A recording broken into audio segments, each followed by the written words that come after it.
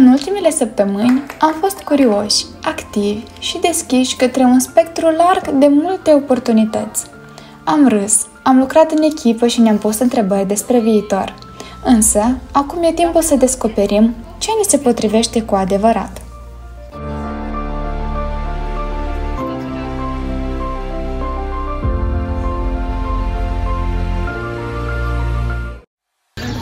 Și unde plecați la studii? Ați ales deja universitate? Încă nu sunt hotărâtă. Sunt atât de multe opțiuni încât nu știu care mi s-ar potrivi cel mai bine. Eu, de exemplu, mă gândesc la USM, dar încă mă gândesc să văd avantajele fiecare universități și programul de studii. Și eu sunt în aceeași situație. Aș vrea un loc cu multe oportunități, dar și un mediu care să mi se potrivească. Haideți să vedem ce spun și cei care lucrează și învață în Moldova. Poate ne-a să ies, să ne clarificăm mai bine opțiunile. Da. În ce domeniu activați? Medicinei. Activez în domeniul pedagogiei. În domeniul asistenței sociale. Bibliotecă, sunt bibliotecare. La Casa de Cultură, ca regizorul Teatrului Amintirii. Bucătar, cofetar. Cât timp activați în acest domeniu? De 36 de ani. Activez de 2 ani. De 14 ani. 35 de ani. 8 ani. Ce v-a făcut să alegeți această carieră? Pentru mine a fost o onoare ca să fiu înscrisă la Universitatea Pedagogică din orașul Bălți. Pentru mine a fost o onoare de nedescris, deoarece obiectivul meu era ca să devin profesoară. De mic simțeam o plăcere în chestia de a lucra cu rolurile, cu chipuri, de a citi dramaturgie, de a citi literatură. Am avut plăcerea să mă ocup cu culinarie și... Mic iubeam foarte mult ca să citesc.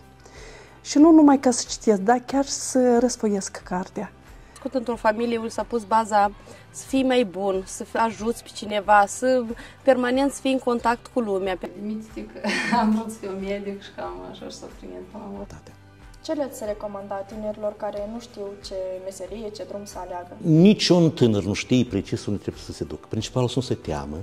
Încercați orice. Le-aș recomanda că dacă aveți discipline preferate, fie matematică, limbă română, limba străină, atunci îmbrățișați profesia de pedagog. Îi îndemn pe absolvenții claselor a 12-a să meargă, să se înscrie la universitățile din Moldova.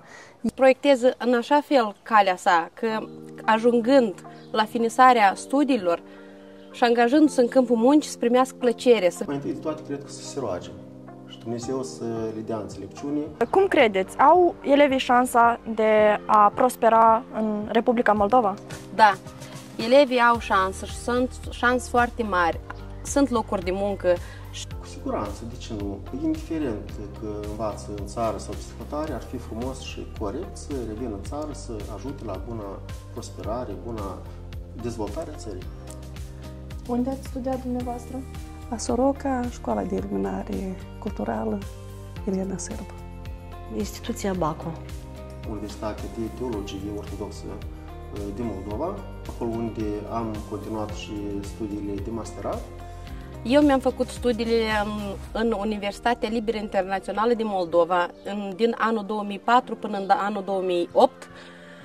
Le-aș recomanda să meargă acolo unde ei se consideră că o să fie și o să simtă bine.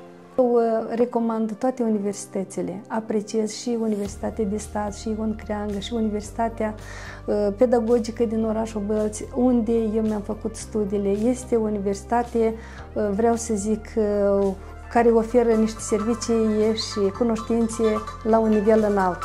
După ce am aflat ce motivează de profesioniști, ne-am întrebat ce facem cu viitorul nostru, ce vrem să devenim și ce carieră vom avea în viitor.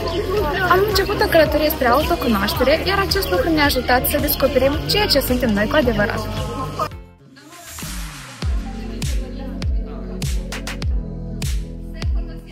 Timp de câteva zile, am parcurs un proces profund de autocunoaștere. Am completat teste de personalitate și psihologice, toate menite să ne ajute să înțelegem cine suntem și în ce direcție vrem să mergem cu adevărat.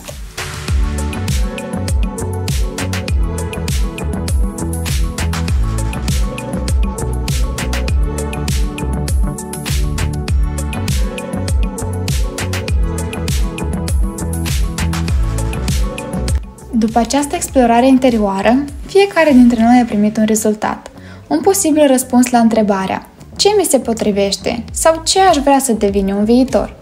Cu încredere și curaj, am împărtășit cu colegii profesiile descoperite și cele mai top domenii în care am putea activa, fiecare dintre ele fiind o bucățică din viitorul nostru în devenire.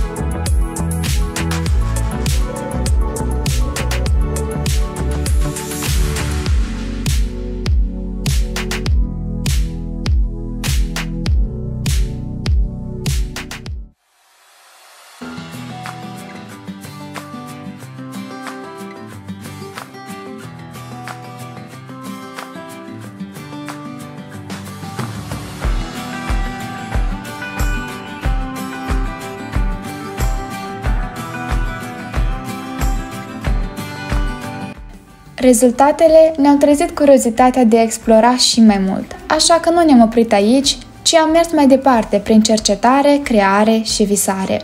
Așa s-a născut o expoziție despre cariere, o galerie a aspirațiilor noastre, ilustrată prin postere, colaje și proiecte creative.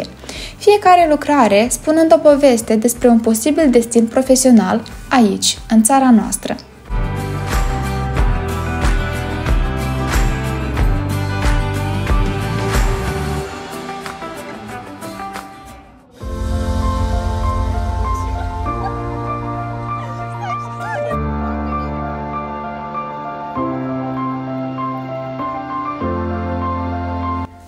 Activitățile prin care am trecut ne-au provocat să gândim, să simțim și să ne descoperim.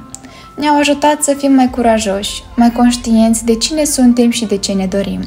Acum privim înainte cu încredere, pentru că știm, viitorul începe cu noi, aici, acasă, în Republica Moldova.